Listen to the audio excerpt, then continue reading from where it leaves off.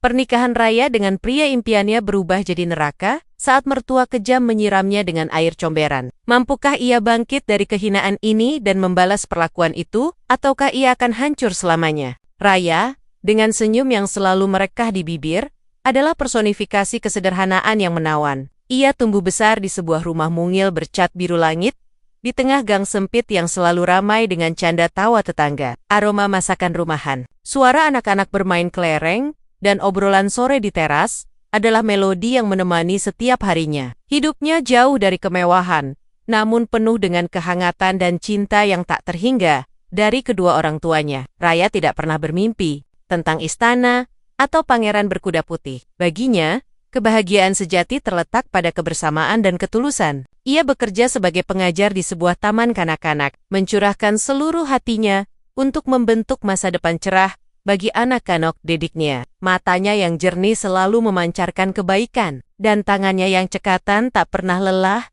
membantu siapapun yang membutuhkan. Ia adalah gadis yang percaya pada keajaiban kecil dalam hidup, pada kekuatan senyuman, dan pada keindahan hati yang tulus. Namun, takdir memiliki rencana lain yang jauh melampaui imajinasi sederhana Raya. Suatu sore, ketika ia terburu-buru menyeberang jalan setelah membeli bahan makanan, sebuah mobil mewah berwarna hitam metalik melaju kencang, hampir saja menabraknya. Jantung Raya berdebar kencang, napasnya tercekat di tenggorokan. Dari balik kemudi, seorang pria muda dengan wajah cemas segera keluar. Rambutnya tertata rapi, kemejanya mahal, dan sorot matanya menunjukkan kekhawatiran yang tulus. Tyler Arman, putra tunggal keluarga Wijaya, konglomerat di kota itu. Pertemuan yang nyaris tragis itu justru menjadi awal dari sebuah kisah yang tak pernah Raya duga. Arman, yang merasa bersalah dan terpesona oleh ketenangan Raya di tengah kepanikan, bersikeras mengantarnya pulang dan memastikan ia baik-baik saja. Dari obrolan singkat di mobil, mereka menemukan banyak kesamaan minat. Dari kecintaan pada buku hingga kepedulian terhadap lingkungan. Pertemuan itu berlanjut ke pertemuan-pertemuan berikutnya, yang awalnya hanya sekadar permintaan maaf, berubah menjadi janji kencan. Raya, yang awalnya ragu karena perbedaan status sosial mereka yang begitu mencolok, akhirnya luluh oleh ketulusan dan perhatian Arman yang tak pernah surut. Arman tidak pernah memperlakukan Raya berbeda. Baginya, Raya adalah mutiara yang tersembunyi, jauh lebih berharga dari segala permata yang bisa dibeli dengan uang. Cinta mereka tumbuh subur, melampaui segala perbedaan. Arman, yang selama ini hidup dalam bayang-bayang ekspektasi tinggi keluarganya, menemukan kebebasan dan kebahagiaan sejati. Di sisi Raya, ia mencintai kesederhanaan Raya tawa lepas nia, dan hatinya yang begitu murni. Setelah 1 tahun menjalin kasih, Arman memutuskan untuk melamar Raya. Sebuah lamaran yang sederhana namun penuh makna, di bawah pohon rindang tempat mereka pertama kali berbagi cerita. Raya, dengan mata berkaca-kaca, menerima lamaran itu dengan seluruh hatinya. Ia membayangkan sebuah pernikahan yang hangat, sebuah keluarga yang penuh cinta, dan kebahagiaan abadi bersama Arman, orang tua Raya. Meskipun sedikit khawatir dengan dunia baru yang akan dimasuki putri mereka, memberikan restu dengan penuh keikhlasan. Melihat kebahagiaan yang terpancar jelas di wajah Raya, persiapan pernikahan berjalan lancar. Meskipun Raya seringkali merasa canggung di tengah kemewahan yang diatur oleh keluarga Arman. Ia mencoba menyesuaikan diri, mengenakan gonggon indah yang belum pernah ia bayangkan akan ia pakai, dan menghadiri pertemuan-pertemuan sosial yang terasa asing. Disinilah ia pertama kali bertemu dengan Bu Ratna, ibu Arman. Bu Ratna adalah wanita paruh baya yang anggun, dengan sorot mata tajam yang seolah mampu menembus jiwa. Rambutnya selalu tertata sempurna, dan pakaiannya selalu dari desainer ternama. Kesan pertama Raya terhadap Bu Ratna adalah formalitas yang kaku. Bu Ratna berbicara dengan nada datar, senyumnya tipis, dan matanya jarang sekali menatap langsung ke mata Raya.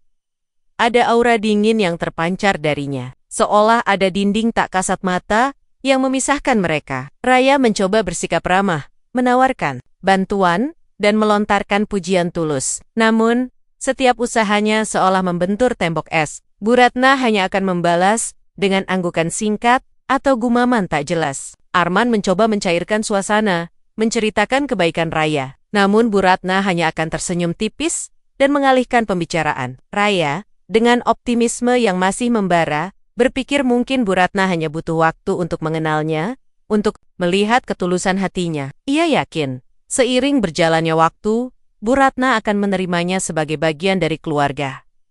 Hari pernikahan tiba, sebuah pesta megah yang dihadiri ratusan tamu penting. Raya tampak seperti putri dari negeri dongeng, namun hatinya sedikit gundah. Di tengah keramaian, ia mencari sosok Bu Ratna. Ketika pandangan mereka bertemu, Bu Ratna hanya memberikan senyum tipis, nyaris tak terlihat, sebelum kembali berbincang dengan tamu lain. Tidak ada pelukan hangat, tidak ada ucapan selamat yang tulus. Raya mencoba mengabaikannya, fokus pada kebahagiaannya bersama Arman.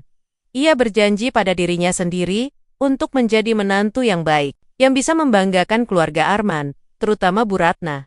Setelah resepsi, Raya dan Arman langsung menempati rumah besar keluarga Wijaya. Sesuai keinginan Bu Ratna, Raya merasa sedikit terkejut dengan keputusan ini. Ia membayangkan mereka akan memiliki rumah sendiri. Namun, Arman menjelaskan bahwa itu adalah tradisi keluarga, dan Bu Ratna ingin mereka tinggal bersama untuk sementara waktu. Raya mencoba memahami dan menerima. Hari-hari pertama di rumah itu terasa seperti mimpi yang aneh. Raya terbangun di kamar yang begitu luas, dengan perabotan antik dan lukisan-lukisan mahal. Pelayan-pelayan berseragam rapi selalu siap melayani setiap kebutuhannya. Ini adalah dunia yang sangat berbeda dari gang sempit dan rumah mungilnya. Raya berusaha membantu di dapur, namun pelayan selalu menolaknya dengan sopan, mengatakan bahwa itu bukan tugasnya. Ia mencoba merapikan kamar, namun pelayan sudah melakukannya. Ia merasa seperti tamu, bukan anggota keluarga. Ketidaknyamanan kecil mulai muncul. Setiap pagi, di meja makan yang panjang, Bu Ratna selalu menjadi yang pertama duduk. Ayek, Raya dengan tatapan menilai saat Raya mengambil makanan. Raya, apakah kamu yakin ingin mengambil porsi sebanyak itu? Nanti Arman tidak kebagian, ucapnya suatu pagi, nadanya datar namun menusuk. Raya merasa pipinya memerah. Ia hanya mengambil porsi normal, tidak lebih. Maaf Bu, saya kira cukup, jawab Raya pelan. Bu Ratna hanya mengangguk, lalu mengalihkan pandangan ke Arman, membicarakan bisnis atau acara sosial. Raya merasa seperti bayangan di meja makan itu. Pada kesempatan lain, Raya mencoba membantu menata bunga di ruang tamu. Ia memiliki selera yang baik dalam merangkai bunga, sebuah hobi yang ia pelajari dari ibunya. Namun, begitu Bu Ratna melihatnya, ia langsung mendekat. Raya, sebaiknya kamu biarkan bibi saja yang menata bunga. Kamu tidak terbiasa dengan vas-vas kristal ini. Nanti pecah, kata Bu Ratna, mengambil alih vas dari tangan Raya.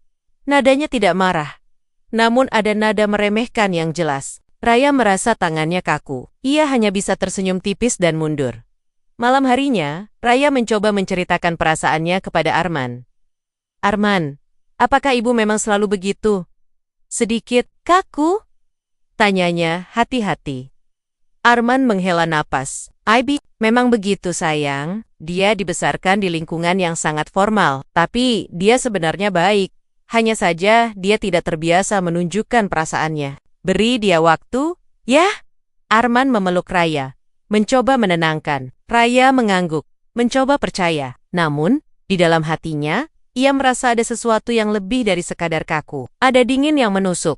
Sebuah jarak yang sengaja diciptakan. Harapan Raya akan kebahagiaan dan kehangatan keluarga baru mulai memudar, digantikan oleh bayangan keraguan yang perlahan menyelimuti. Ia tidak tahu bahwa ini hanyalah permulaan dari badai yang jauh lebih besar.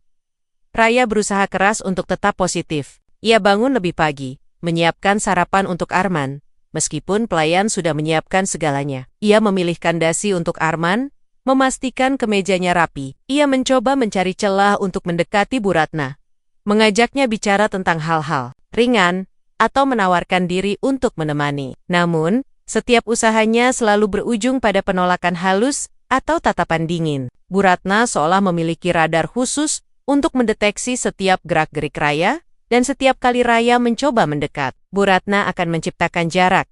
Suatu siang, Raya melihat Bu Ratna sedang membaca buku di taman belakang. Ini adalah kesempatan, pikir Raya. Ia membuatkan teh hangat, dan membawa beberapa kue kering kesukaan Bu Ratna yang ia ketahui dari Arman. Dengan senyum tulus Raya mendekot. Bu, saya buatkan teh hangat dan kue. Mungkin ibu mau? Tawar Raya lembut. Bu Ratna mengangkat pandangannya dari buku, menatap Raya dengan tatapan yang sulit diartikan. Ia mengambil cangkir teh itu, menyesapnya sedikit, lalu meletakkannya kembali di meja. Terima kasih, Raya, tapi saya sedang tidak ingin minum teh dan kue ini. Terlalu manis untuk saya, ucapnya tanpa ekspresi. Raya merasa jantungnya mencelos. Ia sudah berusaha keras membuat teh yang sempurna dan memilih kue yang tepat. Oh, maaf, Bu. Saya kira Ibu suka, kata Raya, merasa malu. Tidak apa-apa, lain kali, tanyakan dulu, balas Bu Ratna. Lalu kembali menatap bukunya, seolah Raya tidak pernah ada di sana. Raya berdiri canggung sejenak, lalu perlahan mundur, membawa kembali nampan berisi teh dan kue yang tak tersentuh. Rasa kecewa mulai menggerogoti hatinya. Ia mulai bertanya-tanya, apakah ia memang tidak akan pernah bisa diterima sepenuhnya di rumah ini? Apakah kebaikan hatinya tidak akan pernah cukup untuk mencairkan hati ibu mertuanya? Bayangan dingin itu semakin nyata, membungkusnya dalam kesendirian yang pahit. Ia mencoba mencari kesibukan di rumah. Ia menawarkan diri untuk membantu mengelola keuangan rumah tangga, karena ia memiliki latar belakang pendidikan yang cukup baik dalam akuntansi. Namun, Bu Ratna menolaknya mentah-mentah. Itu bukan urusanmu, Raya. Ada manajer keuangan yang mengurus semua itu. Kamu cukup urus dirimu sendiri dan Arman, kata Bu Ratna dengan nada tegas. Raya merasa seperti anak kecil yang baru saja dimarahi. Ia hanya ingin berkontribusi, merasa berguna di rumah sebesar ini. Namun, setiap pintu seolah tertutup rapat di hadapannya. Malam itu, ia menangis dalam diam di pelukan Arman. Aku tidak berguna di sini. Arman, ibu selalu membuatku merasa seperti orang asing, bisiknya, suaranya bergetar. Arman membelai rambut Raya. Jangan bicara begitu, sayang. Ibu hanya memiliki caranya sendiri. Dia tidak bermaksud jahat. Aku yakin dia akan luluh nanti. Arman berusaha meyakinkan. Namun Raya bisa merasakan keraguan dalam suaranya. Ia tahu, Arman juga berada di posisi yang sulit, terjepit di antara dua wanita yang ia cintai. Namun, Raya berharap Arman bisa lebih memahami penderitaannya. Ia merindukan kehangatan keluarganya, tawa ibunya, dan nasihat bijak ayahnya. Rumah megah ini terasa seperti sangkar emas indah di luar, namun dingin dan sepi di dalamnya. Harapan yang dulu begitu membara, kini hanya menyisakan bara kecil yang nyaris padam. Ia tidak tahu bagaimana caranya bertahan dalam bayangan dingin ini, namun ia tahu ia harus menemukan kekuatan. Kekuatan untuk menghadapi hari-hari yang akan datang, yang ia rasakan akan jauh lebih berat. Pagi-pagi buta, ketika embun masih membasahi dedaunan di taman belakang, Raya sudah terbangun. Ia mencoba memulai hari dengan semangat baru, berharap hari ini akan berbeda. Ia turun ke dapur, berniat membuatkan Arman sarapan spesial. Aroma roti panggang dan kopi segera memenuhi ruangan. Namun, baru saja ia selesai menata meja, Bu Ratna muncul, mengenakan gaun tidur sutra yang elegan, dengan wajah tanpa ekspresi. Tatapannya langsung tertuju pada meja makan. Raya, bukankah sudah kukatakan bahwa Bibi yang akan menyiapkan sarapan? Kamu tidak perlu repot-repot, ucap Bu Ratna. Nadanya datar, namun mengandung teguran. Raya tersenyum canggung. Maaf, Bu, saya hanya ingin membuatkan Arman sarapan. Dia suka roti panggang buatan saya. Bu Ratna mengangkat alisnya. Arman sudah terbiasa dengan sarapan yang disiapkan Bibi. Lagi pula, roti panggangmu ini terlalu gosong di pinggirnya, dan kopinya terlalu kental, komentarnya, tanpa mencoba mencicipi. Raya merasa seperti disambar petir. Ia sudah berusaha keras, namun selalu saja ada yang salah di mata Bu Ratna. Oh, maaf Bu, saya akan belajar lagi, jawab Raya, menunduk. Bu Ratna hanya menghela napas, lalu memanggil Bibi untuk menyiapkan sarapan yang lain. Raya merasa malu dan kecewa. Ia merasa semua usahanya sia-sia.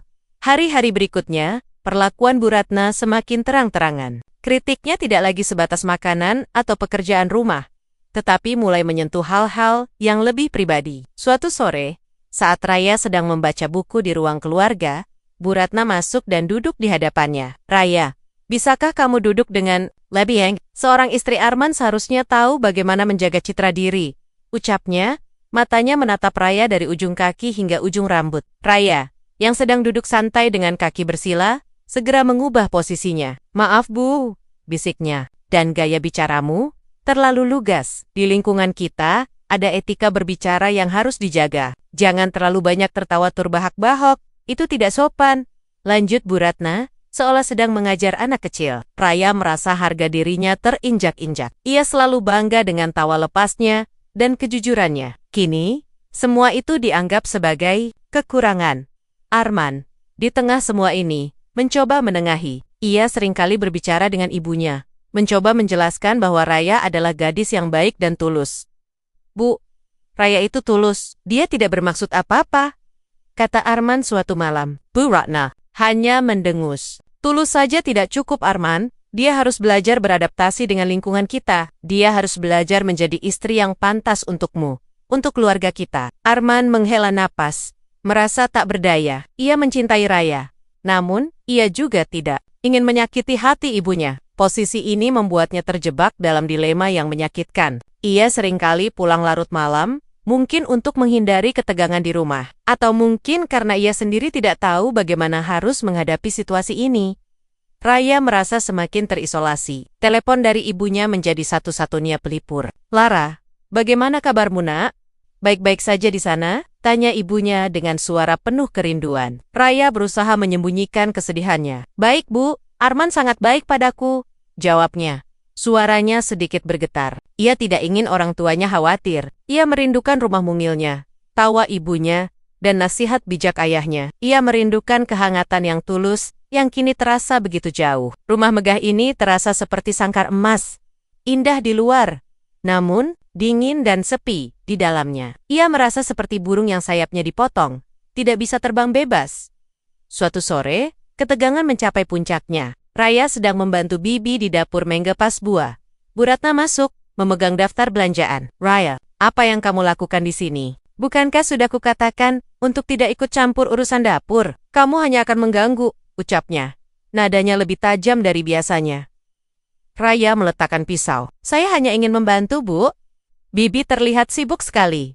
Bu Ratna mendengus. "Bibi sudah tahu tugasnya. Kamu tidak perlu sok sibuk. Lagi pula, caramu mengupas buah itu sangat lambat dan kulitnya terlalu tebal. Buang-buang saja," katanya, menunjuk buah yang sudah dikupas Raya. Raya merasa matanya mulai memanas. Ia sudah berusaha keras, namun selalu saja ada yang salah. "Bu, saya hanya ingin berguna di rumah ini," ucap Raya. Suaranya bergetar menahan emosi. Bu Ratna menatapnya tajam.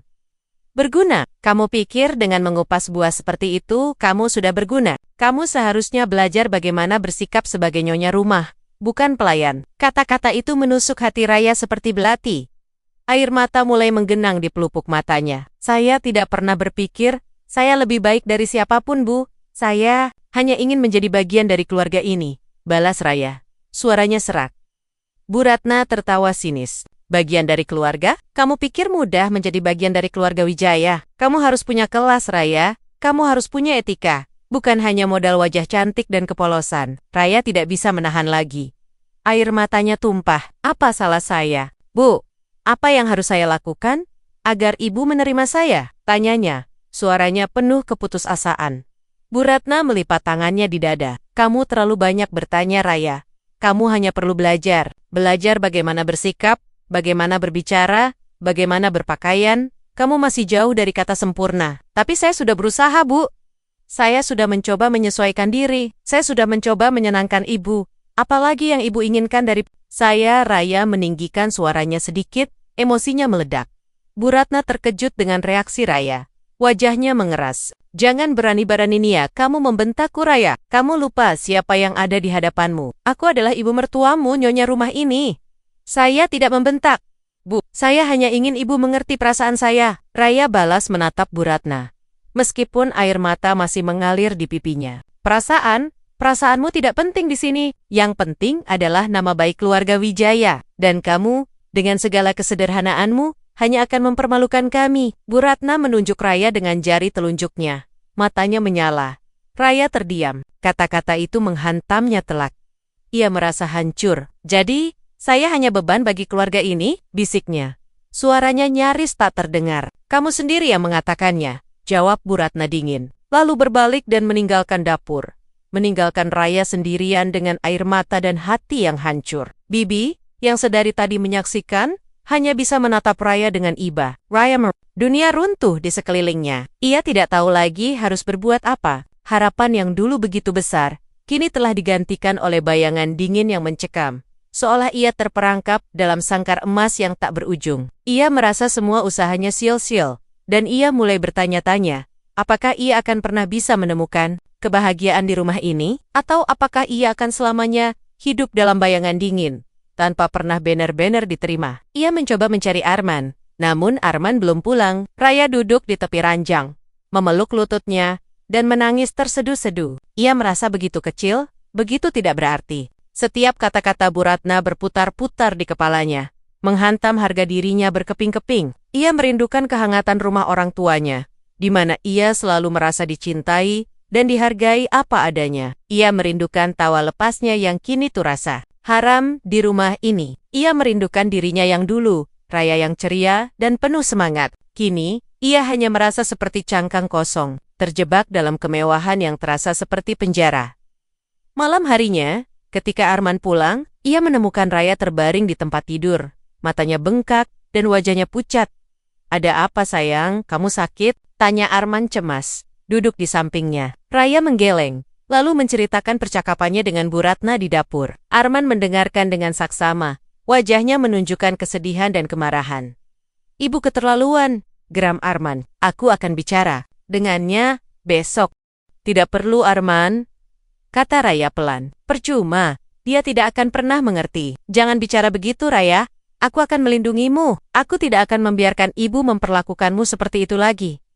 Janji Arman, memeluk Raya erat. Raya pelukan itu, namun ia tahu, Arman tidak bisa selalu ada untuk melindunginya dari setiap serangan Bu Ratna. Ia harus menemukan kekuatannya sendiri. Ia harus menemukan cara untuk bertahan di tengah bayangan dingin ini. Ia harus menemukan cara untuk mendapatkan kembali harga dirinya, yang kini terasa begitu rapuh. Ia tahu, perjalanan ini tidak akan mudah. Namun ia bertekad untuk tidak menyerah. Ia tidak ingin menjadi korban selamanya. Ia harus bangkit. Pagi itu, Raya bangun dengan kepala pusing dan mata bengkak. Percakapan semalam dengan Bu Ratna masih terngiang-ngiang, menusuk hatinya. Ia mencoba mengumpulkan sisa-sisa kekuatannya, bertekad untuk tidak menunjukkan kelemahannya di hadapan Bu Ratna.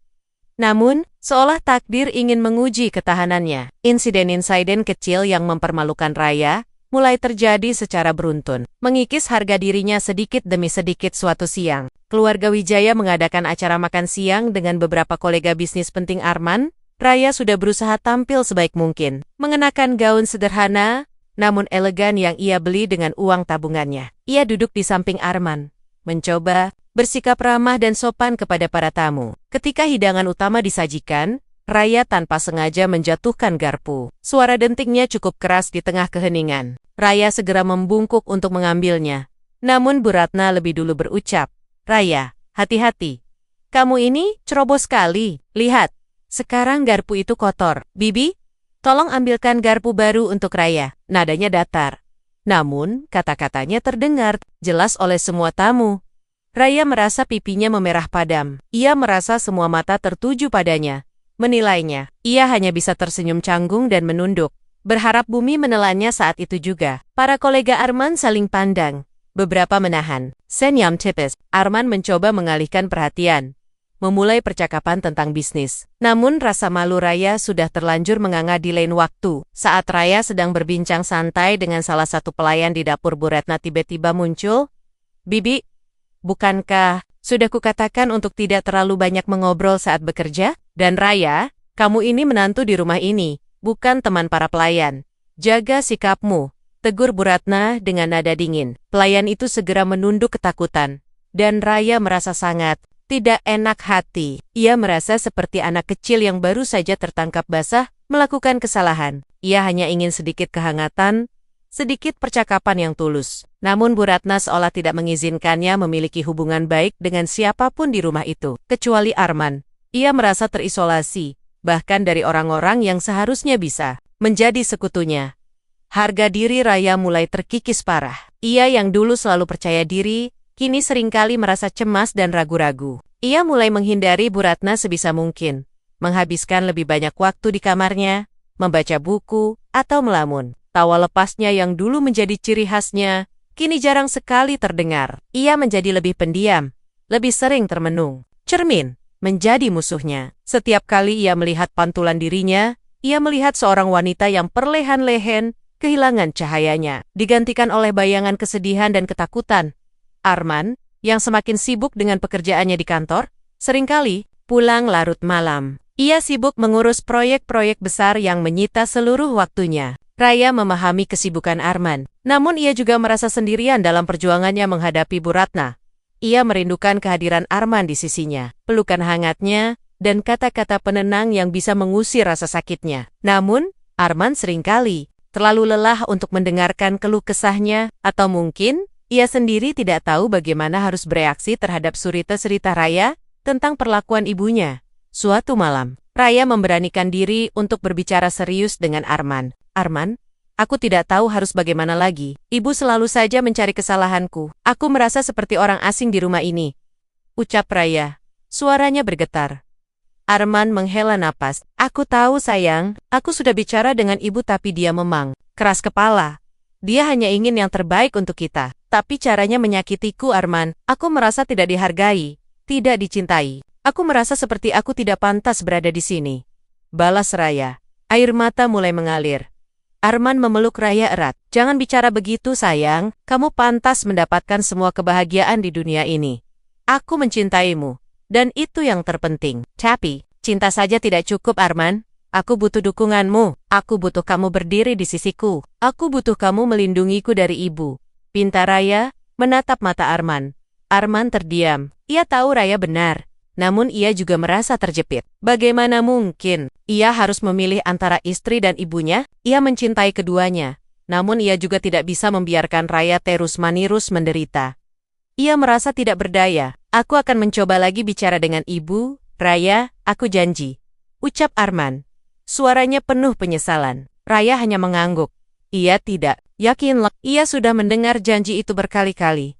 Namun tidak ada yang berubah. Ia mulai menyadari bahwa ia tidak bisa terus-menerus bergantung pada Arman untuk menyelesaikan masalah ini. Ia harus menemukan kekuatannya sendiri. Ia harus menemukan cara untuk bertahan, bukan lagi menyenangkan Bu Ratna. Ia harus menemukan cara untuk mendapatkan kembali harga dirinya, yang kini terasa begitu rapuh dan hancur.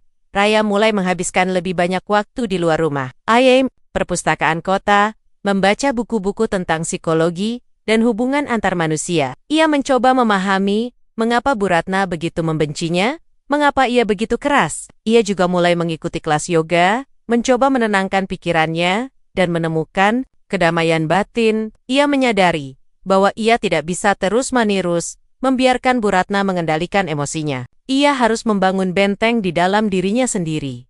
Suatu hari, saat ia pulang dari kelas yoga, ia berpapasan dengan Bu Ratna di ruang tamu. Bu Ratna menatapnya dari atas ke bawah.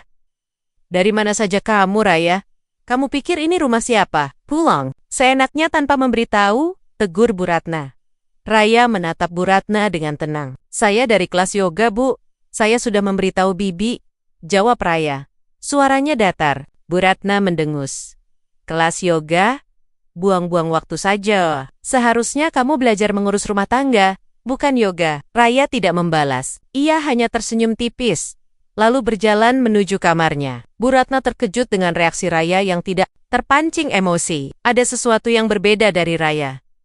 Raya mulai belajar untuk tidak lagi menanggapi setiap provokasi Bu Ratna. Untuk tidak lagi membiarkan kata-kata pedas itu menusuk hatinya. Ia mulai membangun dinding di sekeliling hatinya, melindungi dirinya dari racun kebencian Bu Ratna.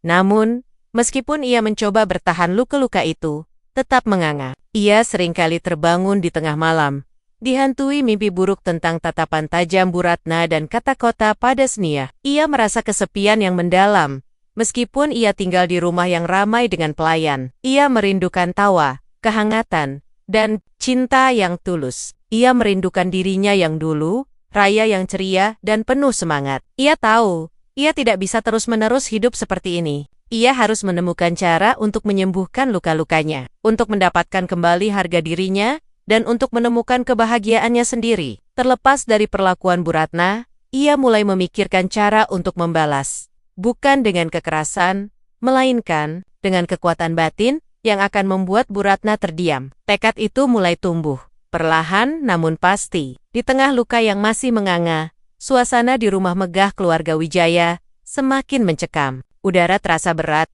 dipenuhi ketegangan yang tak terlihat namun begitu terasa. Raya, yang kini telah membangun benteng emosional di sekeliling hatinya, mulai menunjukkan perlawanan pasif. Ia tidak lagi berusaha keras menyenangkan Bu Ratna. Tidak lagi menanggapi setiap kritik dengan permintaan maaf yang tulus. Ia memilih untuk menghindar, untuk meminimalkan interaksi, menciptakan jarak yang aman antara dirinya dan ibu mertuanya. Jika Bu Ratna mengkritik masakannya, Raya hanya akan tersenyum tipis dan menjawab, "Baik Bu, akan saya perbaiki." Jika Bu Ratna menyinggung gaya berpakaiannya, Raya hanya akan mengangguk dan berkata, "Terima kasih atas sarannya Bu." Tidak ada lagi air mata, tidak ada lagi keputusasaan yang terlihat. Hanya ada ketenangan yang dingin, yang justru membuat Bu Ratna semakin geram. Bu Ratna, yang terbiasa melihat Raya menangis atau memohon pengertian, merasa terkejut dengan perubahan sikap menantunya. Raya yang pasif namun tak tergoyahkan itu, lebih sulit ditaklukkan daripada Raya yang emosional. Bu Ratna merasa kekuasaannya terancam. Ia merasa Raya tidak lagi sepenuhnya tunduk, dan itu membuatnya marah. Api dalam sekam mulai berkobar, siap membakar apa saja yang menghalanginya. Ketegangan memuncak dalam suasana rumah. Para pelayan pun bisa merasakan aura dingin yang menyelimuti. Mereka berbicara dengan suara lebih pelan, bergerak lebih hati-hati, takut menjadi sasaran kemarahan Bu Ratna, atau terjebak di tengah konflik yang tak berkesudahan. Bahkan Arman pun merasakan perubahan itu. Ia melihat Raya menjadi lebih pendiam. Namun, ada kekuatan baru di matanya. Ia melihat ibunya menjadi lebih gelisah, lebih sering menghela napas, dan tatapannya semakin tajam.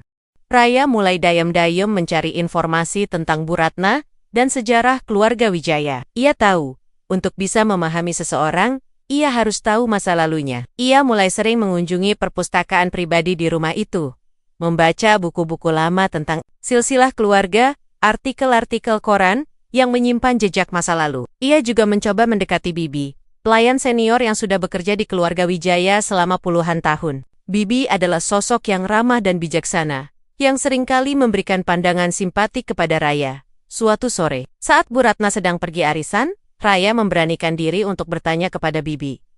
"Bibi, sudah berapa lama Bibi bekerja di sini?" tanya Raya, mencoba memulai percakapan. Bibi tersenyum. "Sudah lebih dari 30 tahun Nyonya Raya, sejak Tuan Arman masih kecil." "Oh, lama sekali ya," kata Raya. "Bibi pasti tahu banyak tentang keluarga ini ya?" Bibi mengangguk. "Tentu saja Nyonya, saya sudah melihat banyak hal." Raya menarik napas dalam-dalam. "Bibi, apakah Ibu Ratna selalu seperti ini?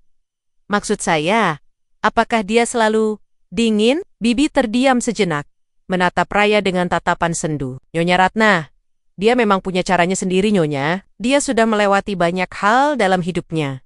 "Banyak hal? Maksud Bibi?" desak Raya hati-hati. Bibi menghela napas. "Bukan hak saya untuk menceritakan Nyonya. Biarlah Nyonya Ratna sendiri yang bercerita jika dia mau." Raya merasa kecewa. Namun ia tidak menyerah. "Tapi Bibi, saya hanya ingin mengerti. Saya ingin bisa dekat dengannya. Saya ingin dia menerima saya." Bibi menatap Raya dengan iba. "Naomi, Raya adalah wanita yang baik. Saya yakin suatu hari nanti, Nyonya Ratna akan melihatnya." Bibi tidak mengatakan lebih banyak. Namun tatapan matanya menyiratkan kesedihan yang mendalam, seolah ada rahasia besar yang tersembunyi. Raya tahu, ia berada di jalur yang benar. Ada sesuatu di masa lalu Bu Ratna yang membuatnya menjadi seperti sekarang. Percakapan antara Raya dan Bu Ratna menjadi lebih tajam, penuh sindiran dan makna tersembunyi. Tidak ada lagi bentakan atau air mata, hanya perang dingin yang intens suatu pagi. Di meja makan, Bu Ratna menatap Raya. "Raya, kudengar kamu sering pergi keluar rumah akhir-akhir ini. Apa yang kamu lakukan? Bukankah seharusnya kamu mengurus rumah dan suamimu?"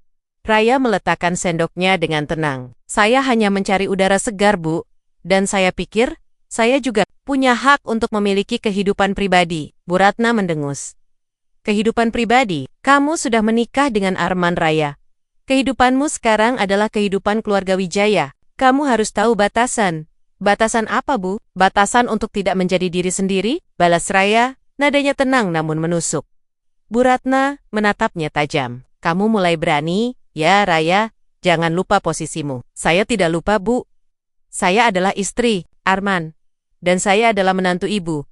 Saya hanya ingin diperlakukan dengan hormat, seperti anggota keluarga lainnya," ucap Raya.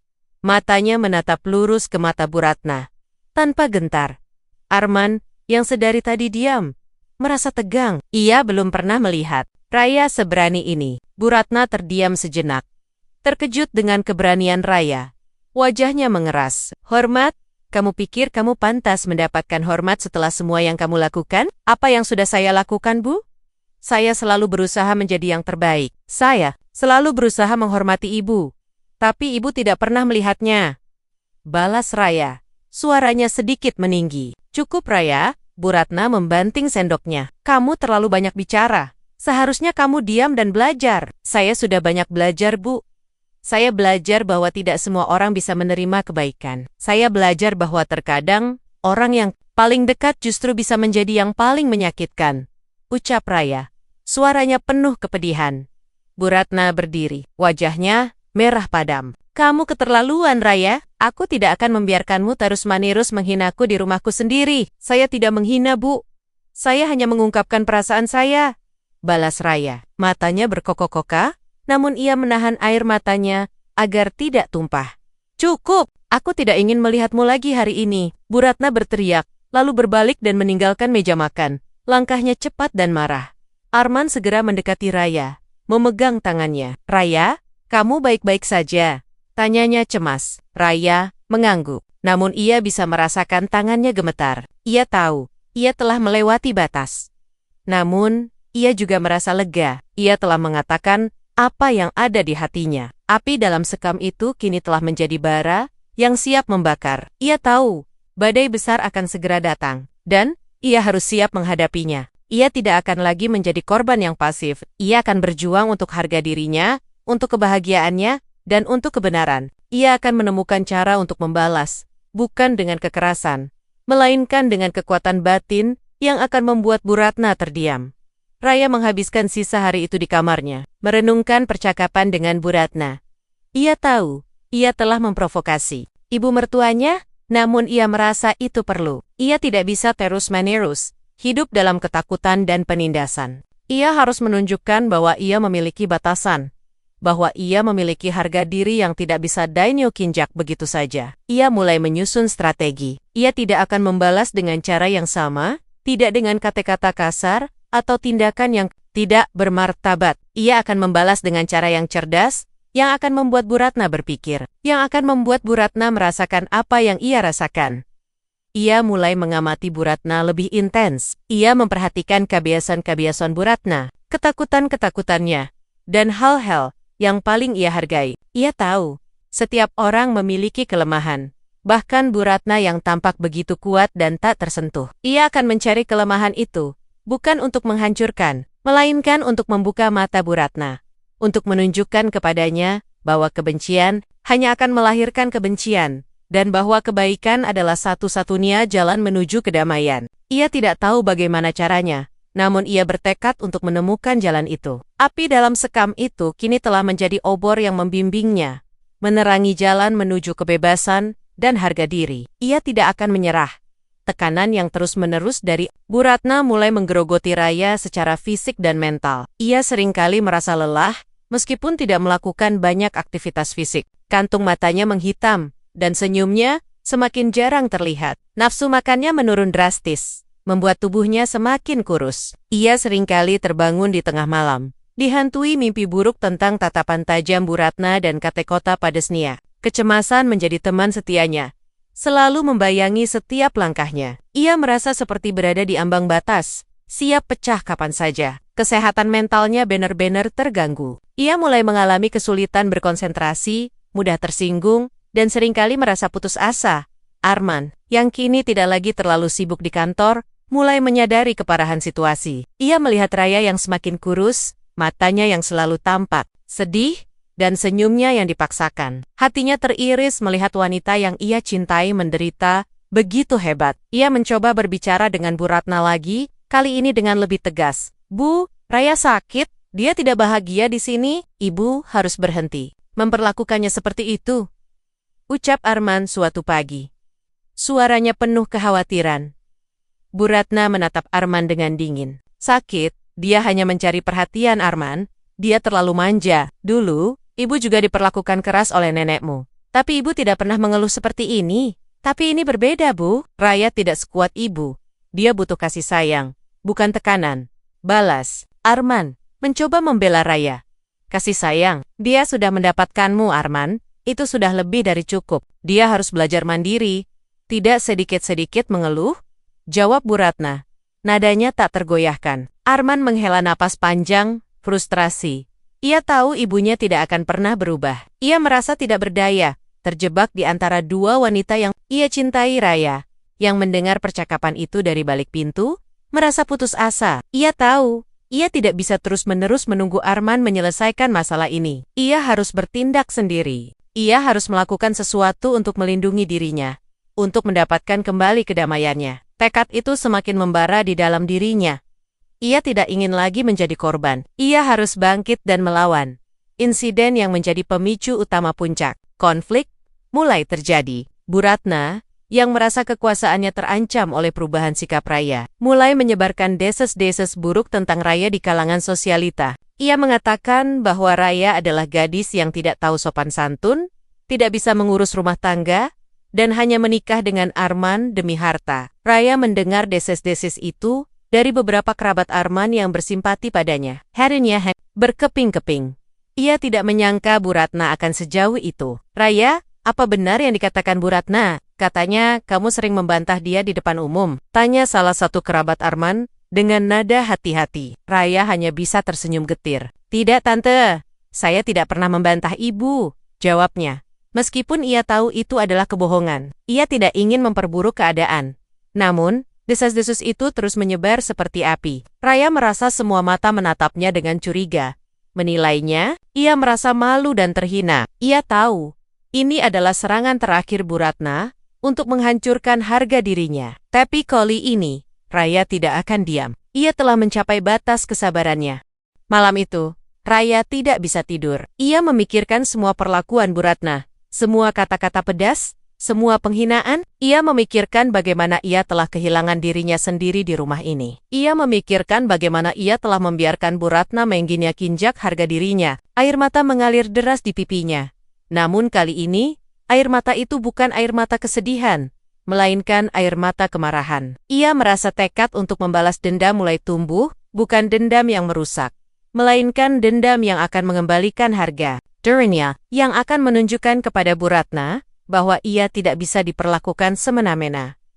Ia bangkit dari tempat tidur, berjalan menuju jendela, menatap bulan purnama yang bersinar terang. Aku tidak akan menyerah, Bu Ratna, bisiknya pada dirinya sendiri. Aku akan menunjukkan kepadamu bahwa aku tidak selemah yang kamu kira. Aku akan membalas semua perlakuanmu dengan caraku sendiri. Keesokan harinya, Raya mulai menyusun rencana. Ia tidak akan membalas dengan kekerasan fisik atau verbal. Ia akan membalas dengan cara yang cerdas, yang akan membuat Bu Ratna merasakan apa yang ia rasakan, namun dengan cara yang bermartabat. Ia akan menunjukkan kepada Bu Ratna bahwa kebaikan bisa membalas kejahatan, dan bahwa empati bisa mengalahkan kebencian. Ia akan mencari tahu apa yang sebenarnya menjadi akar masalah kebencian Bu Ratna padanya. Ia yakin ada sesuatu di masa lalu Bu Ratna yang membuatnya menjadi seperti ini. Ia mulai mengumpulkan informasi lebih lanjut tentang Bu Ratna. Ia mencari tahu tentang masa kecil Bu Ratna, tentang pernikahannya, tentang hubungannya dengan mertuanya. Ia mencari tahu tentang segala sesuatu yang bisa memberinya petunjuk tentang mengapa Bu Ratna begitu keras dan dingin. Ia tahu, ini adalah pertarungan yang panjang, namun ia siap menghadapinya. Ia tidak akan menyerah sampai ia mendapatkan kembali harga dirinya, sampai ia menemukan kedamaiannya, dan sampai ia bisa hidup bahagia bersama Arman. Badai besar itu kini telah mendekat, dan Raya siap menghadapinya dengan tekad baja. Ia tidak akan lagi menjadi korban, ia akan menjadi pemenang. Raya mulai membaca buku-buku tentang sejarah keluarga Wijaya yang ia temukan di perpustakaan pribadi. Ia menemukan beberapa artikel koran lama yang menyebutkan nama Bu Ratna di masa mudanya. Ada satu artikel yang menarik perhatiannya tentang sebuah tragedi keluarga yang menimpa keluarga Wijaya puluhan tahun yang lalu, ketika Bu Ratna masih sangat muda. Artikel itu tidak menjelaskan secara detail, hanya menyebutkan bahwa ada sebuah insiden yang menyebabkan kerugian besar bagi keluarga. Raya merasa ada sesuatu yang tersembunyi di balik insiden itu, sesuatu yang mungkin menjadi kunci untuk memahami Bu Ratna. Ia juga mencoba mendekati pelayan-pelayan lain. Selain Bibi, ia mencoba membangun hubungan baik dengan mereka, menawarkan bantuan, dan mendengarkan cerita-cerita mereka. Ia tahu, para pelayan adalah mata dan telinga di rumah itu. Mereka tahu banyak rahasia yang tidak diketahui oleh siapapun. Ia berharap bisa mendapatkan petunjuk dari mereka. Suatu sore, saat ia sedang membantu Bibi menyiapkan makan malam, ia bertanya lagi tentang masa lalu Bu Ratna. Bibi, saya membaca artikel lama tentang keluarga Wijaya. Ada insiden yang terjadi puluhan tahun yang lalu. Bibi tahu tentang itu? Tanya Raya pelan. Bibi terdiam sejenak. Wajahnya menunjukkan keraguan. Nyonya Raya, itu adalah masa lalu yang sangat menyakitkan bagi Nyonya Ratna. Saya tidak berani menceritakannya. Tapi Bibi, saya ingin mengerti. Saya ingin bisa membantu Ibu Ratna. Saya ingin bisa dekat dengannya. Desak Raya, suaranya penuh permohonan. Bibi menghela napas. Baiklah Nyonya, tapi janji, jangan bilang Nyonya Ratna kalau saya yang bercerita. Raya mengangguk cepat. Dulu, Nyonya Ratna punya seorang adik perempuan. Mereka sangat dekat, tapi adiknya meninggal karena kecelakaan yang tragis. Nyonya Ratna merasa sangat bersalah, karena dia merasa dia bisa mencegahnya. Sejak saat itu, Nyonya Ratna berubah. Dia menjadi lebih tertutup, lebih dingin. Dia menyalahkan dirinya sendiri atas kematian adiknya. Raya terkejut. Ia tidak menyangka Bu Ratna memiliki masa lalu yang begitu kelam. Ia merasa sedikit empati untuk Bu Ratna. Ia mulai memahami mengapa Bu Ratna begitu keras dan dingin. Mungkin Bu Ratna tidak membencinya. Mungkin Bu Ratna hanya tidak tahu bagaimana cara mencintai, karena ia sendiri belum bisa menyembuhkan luka masa lalunya. Tekad Raya untuk membalas dendam mulai berubah. Ia tidak ingin membalas dengan kebencian, melainkan dengan pemahaman dan kasih sayang. Ia ingin membantu Bu Ratna menyembuhkan luka-lukanya, agar mereka bisa hidup berdampingan dengan damai. Badai yang mendekat itu kini terasa seperti kesempatan. Kesempatan untuk menyembuhkan. Kesempatan untuk membangun kembali. Kesempatan untuk menemukan kebahagiaan yang sejati. Pagi itu, udara di rumah keluarga Wijaya terasa lebih dingin dari biasanya. Seolah alam pun turut merasakan ketegangan yang memuncak. Raya, dengan hati yang penuh tekad namun juga cemas, turun ke dapur untuk mengambil segelas air. Ia baru saja selesai membersihkan kamarnya, dan ia merasa sedikit lega setelah semalam menemukan sedikit petunjuk tentang masa lalu Bu Ratna. Namun, ketenangan itu tidak bertahan lama. Saat Raya melewati area cuci, ia melihat Bu Ratna sedang berdiri di dekat ember besar, berisi air bekas cucian, berwarna keruh, dan berbau tak sedap. Di sampingnya, Bibi sedang mengaduk-aduk cucian. Bu Ratna menatap Raya dengan tatapan tajam. Senyum sinis tersungging di bibirnya. Raya merasakan firasat buruk. Namun ia mencoba bersikap tenang. Ia hanya ingin lewat, mengambil air, dan kembali. Cake, Raya, kemari sebentar, panggil Bu Ratna. Suaranya terdengar manis namun penuh jebakan. Raya ragu sejenak. Namun ia memutuskan untuk mendekat. Ia tidak ingin menunjukkan rasa takutnya. Ada apa, Bu? Tanyanya. Mencoba menjaga nada suaranya tetap datar. Bu Ratna tersenyum lebih lebar, senyum yang tidak sampai ke matanya. Kamu tahu, Raya, aku sering berpikir, kamu ini cantik ya, tapi sayang, kecantikan saja tidak cukup. Kamu harus punya hati yang bersih, jiwa yang murni. Seperti air ini, yukep Bu Ratna, menunjuk ember berisi air bekas comberan itu. Raya merasa jantungnya berdebar kencang. Ia tahu, ini adalah jebakan. Maksud ibu? Tanyanya. Mencoba memahami apa yang akan terjadi tiba-tiba. Tanpa peringatan, Bu, Ratna mengambil gayung dan menyiramkan seluruh isi ember itu tepat ke tubuh Raya. Air keruh, berbau amis, dan kotor itu langsung membasahi seluruh tubuh Raya. Dari rambut hingga ujung kaki. Gaun yang dikenakannya basah kuyup, menempel di tubuhnya, dan aroma busuk itu langsung menyeruak. Raya terkesiap. Matanya terbelalak lebar. Tidak percaya dengan apa yang baru saja terjadi. Ia berdiri mematung. Tubuhnya gemetar, merasakan dinginnya. Air kotor dan bau busuk yang menusuk hidungnya. Nah, sekarang kamu tahu bagaimana rasanya menjadi kotor. Raya, ucap Bu Ratna dengan nada mengejek. Senyum sinis masih menghiasi bibirnya. Semoga ini bisa membersihkan jiwamu yang kotor itu. Raya terdiam. Ia tidak bisa berkata-kata. Rasa malu, marah, dan sakit hati bercampur aduk, menghantamnya seperti badai. Ia merasa harga dirinya hancur lebur, terinjak-injak di hadapan Bu Ratna dan Bibi yang terkejut. Bibi segera mendekat, mencoba membantu Raya, namun Bu Ratna menatapnya. tajam, mengisyaratkan agar tidak ikut campur. Air mata mulai menggenang di pelupuk mata Raya, namun kali ini, ia tidak membiarkannya tumpah. Ia menatap Bu Ratna dengan tatapan yang penuh amarah, tatapan yang belum pernah Bu Ratna lihat sebelumnya. Ibu keterlaluan, bisik Raya, suaranya bergetar menahan tangis. Bu Ratna hanya tertawa sinis. Keterlaluan, ini baru permulaan. Raya, kamu belum tahu siapa aku. Saya tahu siapa ibu, balas Raya. Suaranya sedikit meninggi. Ibu adalah wanita yang kejam, yang tidak punya hati. Ibu adalah wanita yang suka menyakiti orang lain. Wajah Bu Ratna mengeras. Jaga bicaramu Raya, kamu tidak tahu apa-apa tentang aku. Saya tahu cukup, saya tahu ibu adalah wanita yang terluka, yang menyakiti orang lain. Karena ibu sendiri terluka, teriak Raya. Emosinya meledak. Bu Ratna terkejut dengan kata-kata Raya. Ia tidak menyangka Raya akan membalas seperti itu. Ia melihat kemarahan yang membara di mata Raya.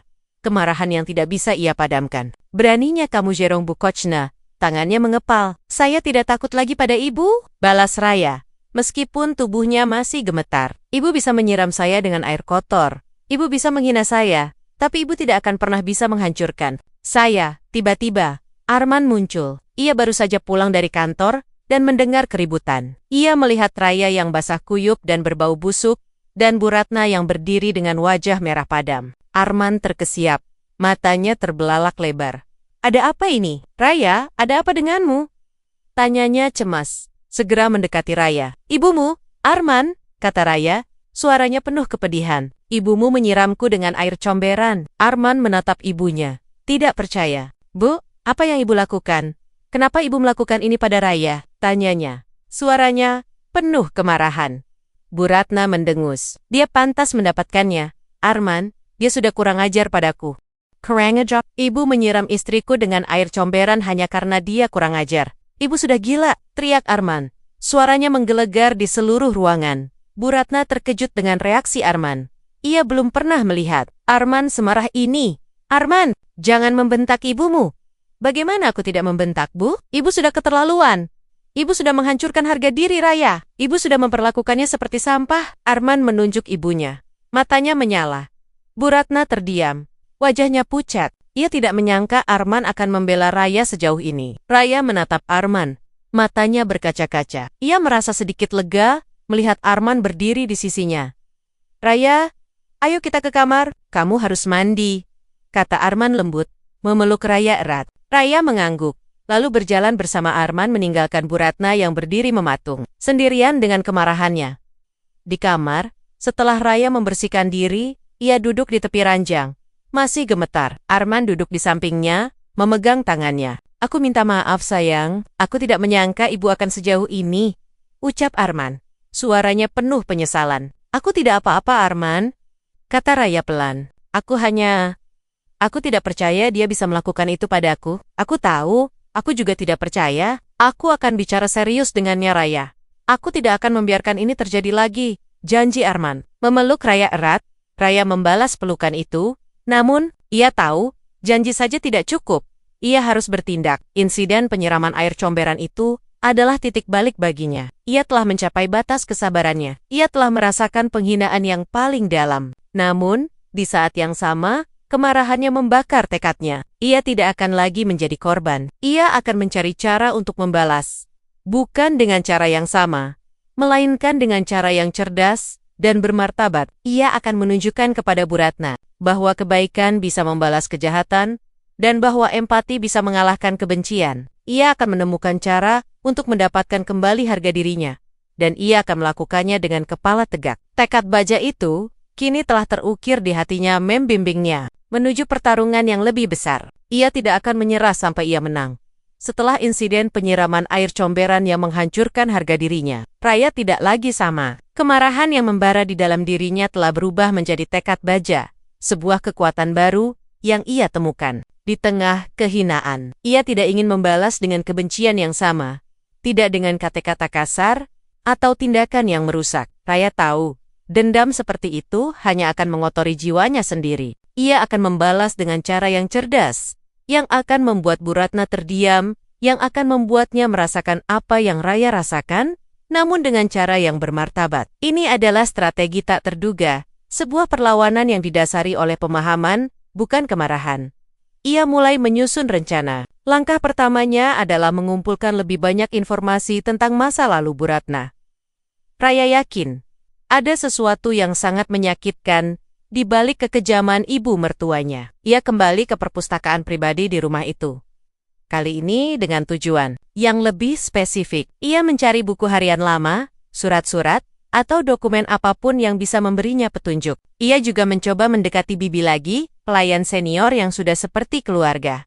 Suatu sore, saat Bu Ratna sedang pergi, Raya duduk bersama Bibi di dapur. "Bibi, saya ingin tahu lebih banyak tentang adik Ibu Ratna yang meninggal itu," ucap Raya. Suaranya lembut.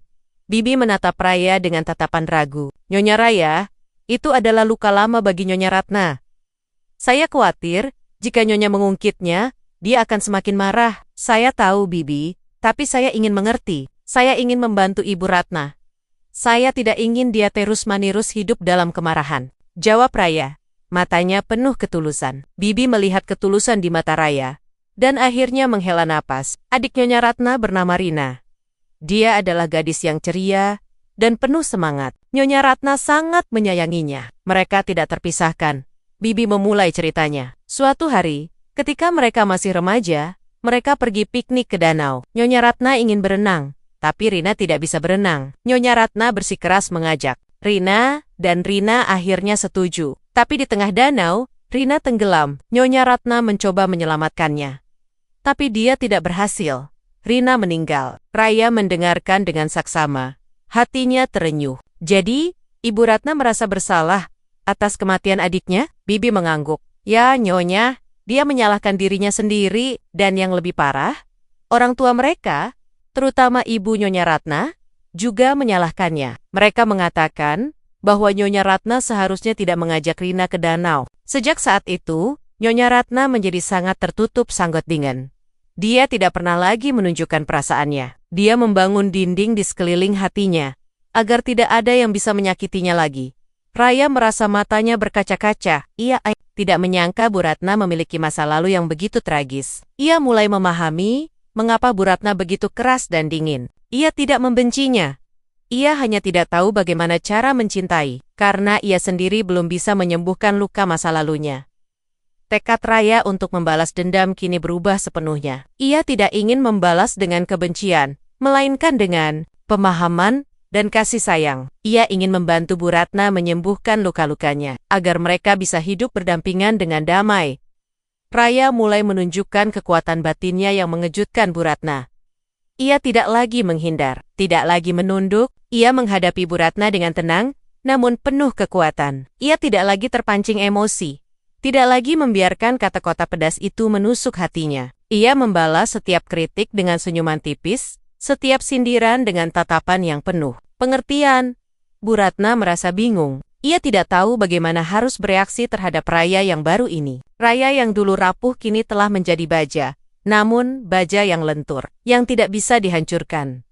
Suatu pagi, Bu Ratna mengkritik cara Raya menata bunga di ruang tamu. "Raya, bunga-bunga ini terlalu berantakan, tidak cocok untuk rumah sebesar ini," ucapnya dengan nada meremehkan. Raya menatap Bu Ratna dengan tenang. "Saya suka bunga yang terlihat alami, Bu. Tidak terlalu kaku," jawab Raya. Suaranya lembut. Bu Ratna terkejut dengan jawaban Raya yang tidak defensif. "Apa maksudmu? Kamu pikir aku menata bunga dengan kaku?" "Tidak, Bu. Saya hanya punya selera yang berbeda," balas Raya, tersenyum tipis. Bu Ratna terdiam, tidak tahu harus berkata apa. Ia merasa Raya semakin sulit dipahami.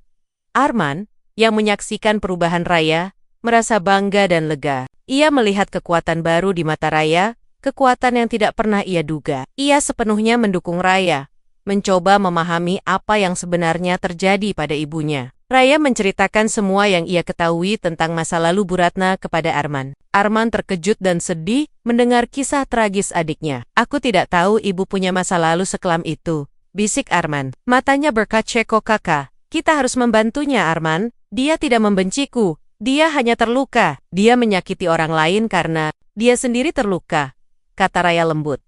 "Bagaimana caranya? Ibu tidak akan pernah mau bicara tentang itu," jawab Arman, ragu. Kita harus mencoba, Arman. Kita harus menunjukkan padanya bahwa kita mencintainya, bahwa kita ada untuknya, ucap Raya, memegang tangan Arman erat. Raya mulai mencoba mendekati Bu Ratna dengan cara yang berbeda. Ia tidak lagi mencoba menyenangkan Bu Ratna, melainkan mencoba memahami Bu Ratna. Ia mencoba membuka komunikasi yang tulus. Meskipun Bu Ratna selalu menutup diri, ia mencoba menunjukkan empati. Meskipun Bu Ratna selalu menunjukkan kebencian, ia tahu ini adalah pertarungan yang panjang, namun ia siap menghadapinya. Suatu sore, Raya melihat Bu Ratna sedang duduk sendirian di taman belakang, menatap kosong ke arah kolam ikan. Raya mendekat pelan, lalu duduk di sampingnya. Bu, pemandangan di sini indah sekali, ucap Raya, mencoba memulai percakapan. Bu Ratna tidak menjawab, hanya menatap kosong ke depan. Raya tidak menyerah. Saya dengar Ibu punya adik perempuan yang sangat Ibu sayangi, kata Raya. Suaranya lembut. Bu Ratna terkesiap, menatap Raya dengan mata terbelalak. Wajahnya pucat pasi. Siapa yang memberitahumu? Tanyanya. Suaranya bergetar. Bibi, jawab Raya jujur. Saya hanya ingin mengerti, Bu. Mengapa Ibu begitu sedih? Bu Ratna berdiri, wajahnya mengeras. Kamu tidak tahu apa-apa, Raya. Jangan ikut campur urusanku, teriaknya. Lalu berbalik dan berjalan cepat meninggalkan Raya sendirian di taman. Raya menghela napas. Ia tahu, ia telah menyentuh luka lama Bu Ratna. Namun, ia juga tahu, ia berada di jalur yang benar. Ia harus terus mencoba. Ia harus menemukan cara untuk menyembuhkan luka-luka itu, agar mereka bisa hidup berdampingan dengan damai. Strategi tak terduga ini memang sulit. Namun Raya yakin, ini adalah satu-satunya jalan menuju rekonsiliasi. Ia tidak akan menyerah sampai ia berhasil. Setelah percakapan singkat namun penuh ketegangan di taman, Raya tahu, ia telah menyentuh inti masalah. Reaksi Bu Ratna yang begitu emosional, wajahnya yang pucat pasi, dan suaranya yang bergetar saat nama adiknya disebut, adalah bukti bahwa luka itu masih sangat dalam. Raya merasa sedikit bersalah karena telah mengungkitnya. Namun, ia juga tahu bahwa ini adalah satu-satunya cara untuk membuka pintu hati Bu Ratna. Ia harus terus menggali. Namun dengan kehati-hatian yang lebih besar, ia tidak ingin menyakiti Bu Ratna lebih jauh, melainkan ingin membantu menyembuhkan. Raya memutuskan untuk mencari petunjuk lain tentang masa lalu kelam Bu Ratna. Selain dari Bibi, ia tahu, Bibi mungkin tidak akan menceritakan semuanya karena kesetiaannya kepada Bu Ratna. Raya mulai mencari di tempot-tempot yang tidak terduga. Ia ingat pernah melihat sebuah kotak kayu tua di gudang yang berisi barang-barang lama keluarga Wijaya. Suatu sore, saat semua orang sibuk dengan urusan masing-masing, Raya menyelinap ke gudang. Debu tebal menyelimuti setiap sudut ruangan, dan aroma apek memenuhi udara. Raya mencari kotak kayu itu, dan akhirnya menemukannya di sudut yang paling tersembunyi. Dengan hati-hati, Raya membuka kotak itu. Di dalamnya, ia menemukan tumpukan foto-foto lama, surat-surat yang sudah menguning, dan sebuah buku harian kecil yang tampak lusuh. Raya mengambil buku harian itu. Jantungnya berdebar kencang. Ini mungkin adalah kunci yang ia cari. Ia membawanya ke kamarnya, menguncinya dari dalam, lalu mulai membaca. Buku harian itu adalah milik Rina, adik Bu Ratna. Setiap halaman dipenuhi tulisan tangan yang rapi, menceritakan tentang kehidupan Rina, mimpinya, dan hubungannya dengan kakaknya, Ratna. Raya membaca dengan saksama, menelusuri setiap kata, setiap kalimat. Ia membaca tentang betapa Rina mengagumi Ratna, betapa ia selalu ingin menjadi seperti kakaknya yang cerdas dan kuat. Ia membaca tentang hari-hari bahagia mereka, tawa mereka, dan rahasia-rahasia yang mereka bagi. Dan kemudian, ia membaca tentang hari tragis itu, hari di mana Rina dan Ratna pergi piknik ke danau. Rina menuliskan ketakutannya untuk berenang. Namun ia juga menuliskan keinginannya untuk tidak mengecewakan kakaknya. Ia menuliskan bagaimana Ratna bersikeras mengajaknya, dan bagaimana ia akhirnya setuju. Ia menuliskan tentang saat ia tenggelam, tentang kepanikan yang melandanya, dan tentang tangan Ratna yang mencoba meraihnya, namun tidak berhasil. Halaman terakhir buku harian itu hanya berisi satu kalimat yang ditulis dengan tinta yang luntur, seolah air mata telah menodainya. Maafkan aku, kakak. Aku tidak bermaksud meninggalkanmu. Raya menutup buku harian itu. Air mata mengalir deras di pipinya. Ia tidak bisa membayangkan betapa sakitnya Bu Ratna saat kehilangan adiknya, dan betapa beratnya beban rasa bersalah yang ia pikul selama puluhan tahun. Penemuan ini mengubah perspektif Raya sepenuhnya. Dari kemarahan, kini ia merasakan rasa ingin tahu yang mendalam dan empati yang tulus. Ia tidak lagi melihat Bu Ratna sebagai wanita kejam, melainkan sebagai wanita yang terluka parah, yang terperangkap dalam bayangan masa lalu yang kelam. Sementara itu, Bu Ratna semakin terpojok dengan perubahan sikap Raya yang tenang, namun penuh kekuatan. Raya tidak lagi terpancing emosi, tidak lagi menunjukkan rasa takut. Ia membalas setiap sindiran Bu Ratna dengan tatapan yang penuh pengertian, setiap kritik dengan senyuman tipis. Bu Ratna merasa bingung dan frustrasi. Ia tidak tahu bagaimana harus menghadapi Raya yang baru ini. Raya yang dulu rapuh, kini telah menjadi baja, namun baja yang lentur, yang tidak bisa dihancurkan. Suatu malam, Raya melihat Bu Ratna duduk sendirian di ruang tamu, menatap kosong ke arah perapian. Raya mendekat pelan, membawa secangkir teh hangat. "Bu, saya buatkan teh. Mungkin ibu mau?" Tawar Raya lembut. Bu Ratna menatap Raya, matanya menunjukkan kelelahan. Ia mengambil cangkir teh itu, menyesapnya sedikit. "Terima kasih," bisiknya. Suaranya serak. Ini adalah pertama kalinya Bu Ratna mengucapkan terima kasih kepadanya dengan tulus. Raya duduk di sampingnya, menjaga jarak yang nyaman. "Bu, saya tahu ibu pasti sangat merindukan Rina," ucap Raya pelan, mencoba membuka komunikasi. Bu Ratna terkesiap, cangkir tehnya sedikit bergetar. "Jangan sebut nama itu," bisiknya. Matanya mulai berkaca-kaca. "Bu, saya membaca buku harian Rina," kata Raya jujur. Bu Ratna menatap Raya dengan mata terbelalak. Wajahnya pucat pasi. "Bagaimana bisa? Dari mana kamu mendapatkannya?" tanyanya, suaranya nyaris tak terdengar. "Saya menemukannya di gudang," jawab Raya. "Bu, saya tahu ibu merasa bersalah atas kematian Rina, tapi Rina tidak menyalahkan ibu. Dia mencintai ibu. Dia ingin ibu bahagia." Bu Ratna terdiam, air mata mulai mengalir di pipinya. "Kamu tidak tahu apa-apa, Raya. Aku yang membunuhnya. Aku yang bersalah," bisiknya, suaranya penuh kepedihan. "Tidak, Bu. Itu bukan salah ibu. Itu adalah kecelakaan." Rina tidak menyalahkan ibu. "Orang tua ibu mungkin menyalahkan ibu, tapi itu bukan berarti ibu bersalah," kata Raya lembut, memegang tangan Bu Ratna. Bu Ratna menarik tangannya, namun Raya tidak menyerah. "Bu, saya tahu bagaimana rasanya kehilangan. Saya tahu bagaimana rasanya merasa bersalah, tapi ibu tidak bisa terus-menerus hidup dalam bayangan masa lalu. Ibu harus memaafkan diri sendiri," ucap Raya. Suaranya penuh empati. Bu Ratna menatap Raya, matanya merah dan bengkak. "Kamu tidak mengerti. Aku tidak bisa memaafkan diriku sendiri. Aku sudah menghancurkan hidupku sendiri. Aku sudah menghancurkan hidup Arman. Aku sudah menghancurkan hidupmu." "Tidak, Bu.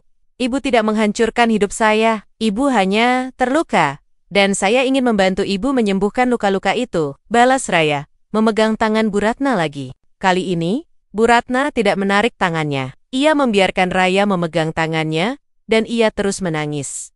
Percakapan itu berlangsung hingga larut malam. Raya mendengarkan semua cerita Bu Ratna, tentang masa kecilnya yang sulit, tentang tekanan dari orang tuanya, tentang bagaimana ia selalu harus menjadi yang terbaik, dan tentang bagaimana ia merasa bertanggung jawab atas kematian adiknya. Raya mendengarkan dengan penuh kesabaran, tanpa menghakimi, tanpa menyela. Ia hanya ingin Bu Ratna tahu bahwa ia tidak sendirian, bahwa ada seseorang yang peduli padanya. Arman, yang sedari tadi diam-diam menguping dari balik pintu merasa terkejut dan sedih mendengar semua cerita ibunya. Ia tidak menyangka ibunya memiliki beban seberat itu. Ia merasa bersalah karena tidak pernah mencoba memahami ibunya lebih dalam. Ia melihat Raya, yang dengan sabar mendengarkan ibunya, dan ia merasa bangga.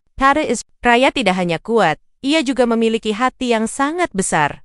Bayangan masa lalu itu kini telah terungkap. Raya tahu, ini adalah awal dari proses penyembuhan. Ia tidak akan menyerah sampai Bu Ratna bisa memaafkan dirinya sendiri, sampai ia bisa menemukan kedamaiannya, dan sampai mereka bisa hidup berdampingan dengan damai. Pertarungan ini belum berakhir, namun Raya yakin mereka akan memenangkannya bersama. Malam itu, setelah Bu Ratna menumpahkan segala beban masa lalunya kepada Raya, suasana di rumah megah itu terasa berbeda. Udara yang semula dingin dan tegang, kini sedikit lebih hangat, diisi oleh sisa emosi yang baru saja tercurah. Raya tidak tidur semalaman. Ia duduk di samping Bu Ratna, memegang tangannya, membiarkan ibu mertuanya menangis hingga kelelahan. Air mata Bu Ratna adalah air mata yang telah tertahan selama puluhan tahun.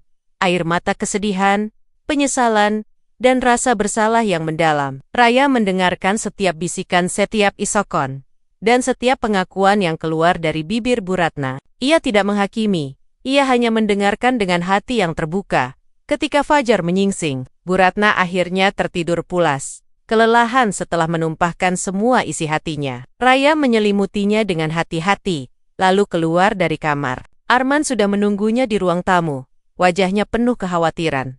"Bagaimana ibu, Raya?"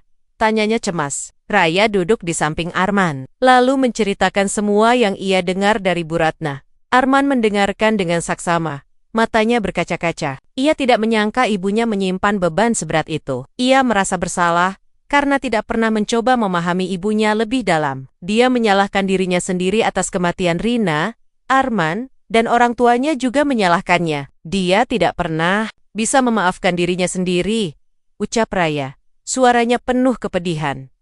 Arman menghela napas panjang. "Aku tidak tahu harus berbuat apa. Aku ingin membantunya, tapi aku tidak tahu caranya. Kita harus membantunya. Arman, kita harus menunjukkan padanya bahwa dia tidak sendirian. Kita harus membantunya memaafkan dirinya sendiri," kata Raya, memegang tangan Arman erat. Keesokan harinya, Raya memutuskan untuk menghadapi Bu Ratna secara langsung. Namun kali ini bukan dengan kemarahan, melainkan dengan cinta dan pemahaman. Ia membawa buku harian Rina yang telah ia baca berulang kali. Ia tahu ini adalah saatnya untuk menyembuhkan luka lama itu.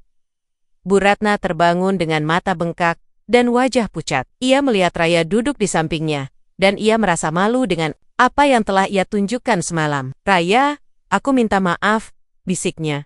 Suaranya serak. Raya tersenyum lembut. "Tidak apa-apa, Bu. Saya mengerti. Saya membawa ini untuk Ibu," ucap Raya, menyerahkan buku harian Rina. Bu Ratna mengambil buku harian itu, tangannya gemetar. Ia membuka halaman-halaman yang sudah menguning, dan air mata kembali mengalir di pipinya. "Bu, Rina tidak menyalahkan Ibu. Dia mencintai Ibu.